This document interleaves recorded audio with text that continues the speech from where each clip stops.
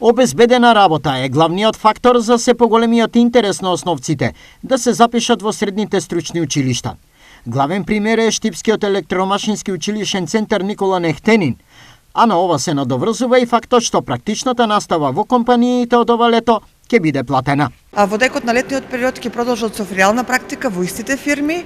Некои од нив веќе добиваат и понуда за платена работа. Постојаното зголемување на процентот на запишени во стручното образование, Македонија ја става на врвот од европската листа на земји, каде дуалната наобразба е се популарна помеѓу учениците, тврди регионалниот координатор од Австриската агенција за едукација Магдалена Коменчини. Во Австрија учењето низ практика побуди голем интерес кај младите.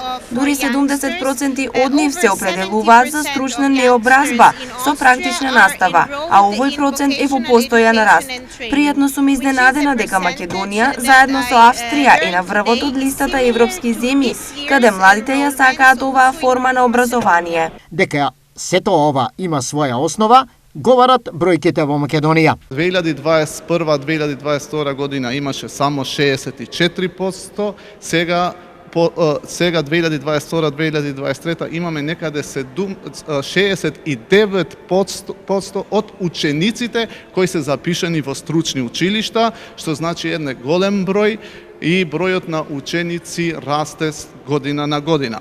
Сходно на тоа, нивото на соработка на школите од овој тип со бизнис заедницата е на мощне високо ниво. Компаниите од Штип и од околните општини од каде што гравитираат нашите ученици кои што го поддржаа овој проект, значи ни помогнаа и ги прифатија нашите ученици,